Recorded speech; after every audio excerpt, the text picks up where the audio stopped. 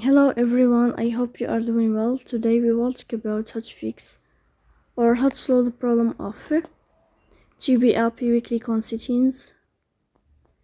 Here you will click on apps, default apps, app settings. Then in this list you will search the application of Tubi and you will enter here. In this page of app info you will click on first stop and you will click OK. Here you will enter to the window of storage. Then you will click on clear cache.